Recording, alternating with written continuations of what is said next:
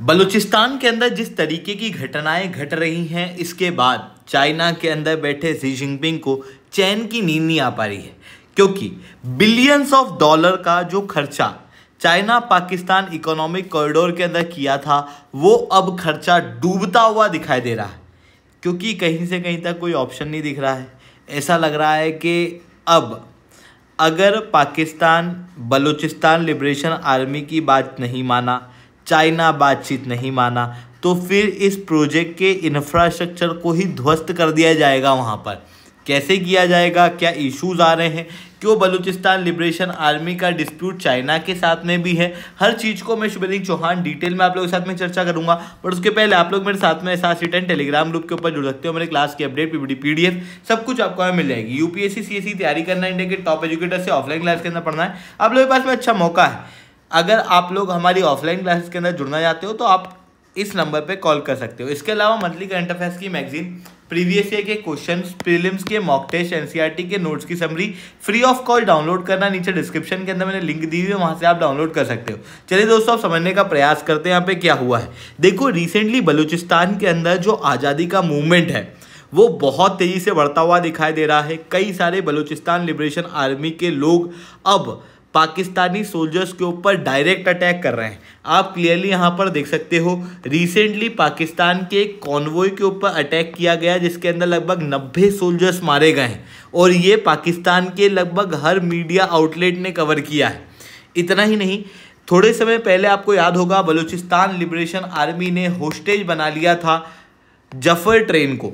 हालांकि पाकिस्तान का कहना यह है कि हमने इस हाईजैक को छुड़वा दिया था, वहीं बलूचिस्तान लिबरेशन आर्मी का कहना यह है कोई नहीं छुड़वाया था। लगभग 214 पाकिस्तानी मिलिट्री के लोगों को इन्होंने एग्जीक्यूट कर दिया है, क्योंकि पाकिस्तानी आर्मी और पाकिस्तानी सरकार बलूचिस्तान लिबरेशन आर्मी की डिमांड को एक्सेप्ट नहीं की और उल्टा झूठ मार्केट के अंदर फैला रही थी। इस वजह से तो ये क्लियरली दर्शाता है कि पाकिस्तान के अंदर जो बलूचिस्तान वाला रीजन है वहाँ पर इनस्टेबिलिटी बहुत ज़्यादा बढ़ते हुए दिखाई दे रही है।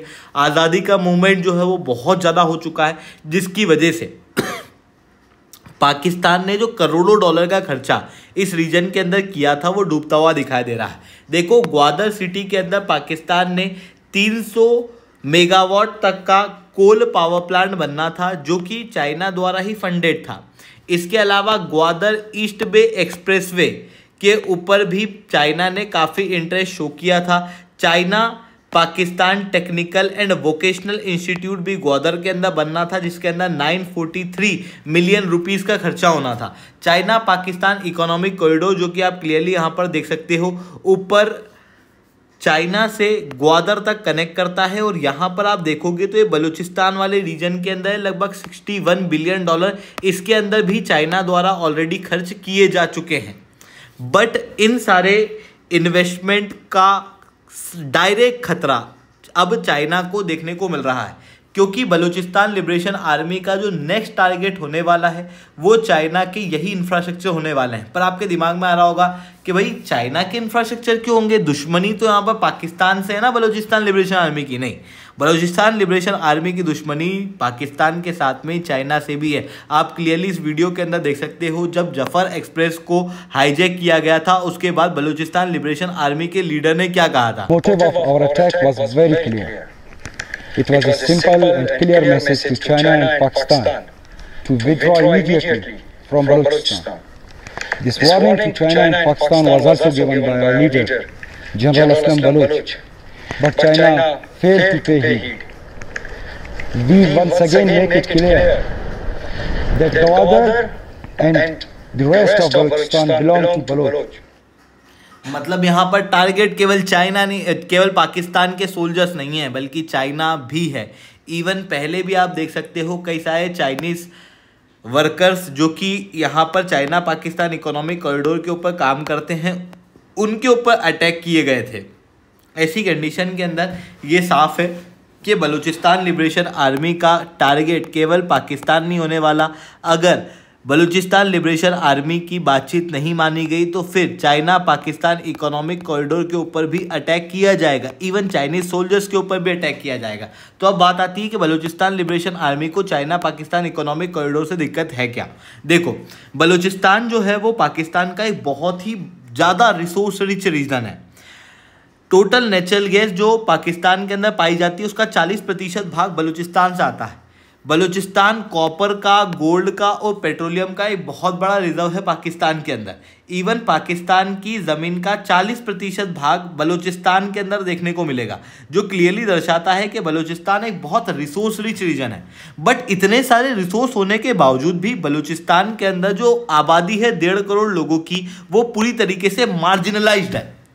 मार्जिनलाइज होने के साथ में इनकी जो फ्रीडम है वो पूरी तरीके से कर्टेल की जा चुकी है चाइना पाकिस्तान इकोनॉमिक कॉरिडोर की वजह से। देखो, इस कॉरिडोर के आसपास कई सारे सिक्योरिटी के इश्यूज थे। तहरीक तालिबान पाकिस्तान जो है वो लगातार अटैक कर रही थी, पर यहाँ पर पाकिस्तान जो कोर इशू था तहरीक तालिबान पाकिस्तान उसको हैंडल नहीं कर रहा था, बल्कि यहाँ पर जो इनोसेंट बलूची लोग हैं उनकी फ्रीडम के ऊपर रेस्ट्रिक्शंस लगाए जा रहे थे।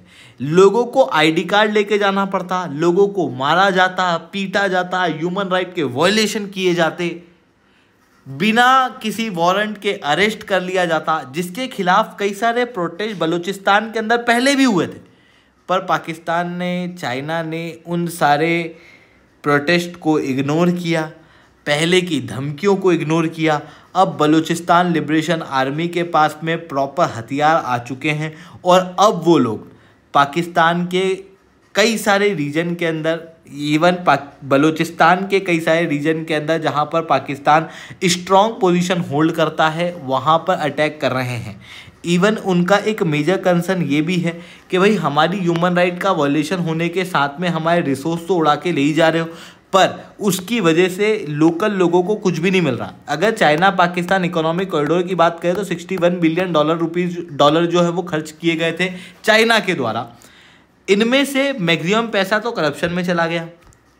जो पैसा आता उसकी वजह से कोई रोड इंफ्रास्ट्रक्चर ठीक से बनते नहीं, बल्कि और आपस में जो मिलिट्री पॉलिटिकल कॉन्फ्लिक्ट चलते रहते हैं वहाँ पे खर्चा हो जाते।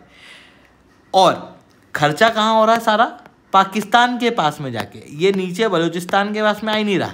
पर जितना भी रेवेन्यू यहाँ से क्रिएट होता उसका 90% चाइना के पास में, 10% पाकिस्तान के पास में, तो बलूचिस्तान के लोगों के पास में क्या आता? कुछ भी नहीं आ रहा। इसके अलावा इन सारी चीज़ों के चलते हुए भी जो ग्वादर पोर्ट है वो कोई बहुत सक्सेसफुल पोर्ट नहीं रहा, बल्कि सबसे बड़ा फेल्ड प्रोजेक्ट जो है वो चाइना का देखने को मिल रहा है। अब इस चीज़ को आप एक ग्वादर के अंदर बैठे या फिर बलूचिस्तान के अंदर बैठे एक नॉर्मल आबादी के व्यक्ति से पर्सपेक्टिव से इमेजिन करो, आप पाओगे कि भाई आप ठीक से जो है वो बाहर नहीं जा पा रहे, आपकी फ्रीडम नहीं है, आपके आसपास के लोगों को गिरफ्तार कर लिया जा रहा है बिना किसी वजह के। और इन सारी चीज़ों का कारण एक प्रोजेक्ट बताया जा रहा है, चाइना पाकिस्तान इकोनॉमिक कॉरिडोर। और आपके आसपास के लोग ये बात कर रहे हैं कि भाई इस कॉरिडोर के जरिए चाइना इस रीजन के रिसोर्सेस को उठा के ले जा रहा है। इवन इस रीजन में बहुत सारे रिसोर्स हैं, पर उन रिसोर्सेस का आपको कोई बेनिफिट नहीं हो रहा, तो फिर आपको क्या लगेगा? इवन बलूची लोग अपने आप को पाकिस्तान का भाग भी नहीं मानते, मतलब आप अपने आप को पाकिस्तान का भाग भी नहीं मान रहे हो। ऐसी कंडीशन में आप क्या करोगे? ऑब्वियसली चाइना और पाकिस्तान दोनों को टारगेट करोगे। वही बलूचिस्तान लिबरेशन आर्मी के द्वारा यहाँ पर किया जा रहा है। तो आने वाले समय में चाइना पाकिस्तान इकोनॉमिक कॉरिडोर के ऊपर अटैक होने वाले हैं, ये बात चाइना भी बहुत अच्छे से जानता है। इसी कारण से चाइना की फॉरेन मिनिस्ट्री के द्वारा कहा गया कि China is ready to strengthen anti terrorism and security cooperation with Pakistan and jointly maintain a peaceful, safe and stable region. जहाँ पर चाइना के फॉरेन मिनिस्टर द्वारा इनडायरेक्ट रूप से वही पुराना ऑफर जो है वापस ले आया जा रहा है कि भाई पाकिस्तान के अंदर हमारे सोल्जर्स को आने दो ताकि हम इस आतंकवादी अटैक को पूरी तरीके से रोक सकें। पर अगर चाइनीज़ सोल्जर्स पाकिस्तान के अंदर आते हैं तो वो डायरेक्टली पाकिस्तान की सॉवरेनिटी के ऊपर एक बड़ा थ्रेट होगा। तो ये चीज़ें यहाँ पर देखने को मिल रही है। आई होप ये सही बात है आपको समझ में आई होंगी। लेक्चर अच्छा लगा हो तो लाइक करना, लेक्चर बहुत अच्छा लगा हो नीचे 7 रिटर्न कमेंट करना। यूपीएससी सीएससी की तैयारी करना, इंडिया के टॉप एजुकेटर्स से ऑफलाइन क्लास के अंदर पढ़ना है, आप लोगों के पास में अच्छा मौका है। अनअकैडमी केवल ऑनलाइन नहीं रहा है, अनअकैडमी ऑफलाइन भी आ चुका है। हमारे सेंटर्स ऑलरेडी खोले जा चुके हैं। अगर आप जुड़ना चाहते हो तो इस नंबर नंबर पे कांटेक्ट कर सकते हो। इसके अलावा मंथली करंट अफेयर्स की मैगजीन, प्रीवियस ईयर के क्वेश्चन, प्रीलिम्स के मॉक टेस्ट, एनसीईआरटी के नोट्स की summary free of cost download करना, नीचे डिस्क्रिप्शन के अंदर मैंने लिंक दी हुई है, वहां से आप डाउनलोड कर सकते हो। ठीक है दोस्तों, आज की इतना ही। That's all for my side. जय हिंद, जय भारत।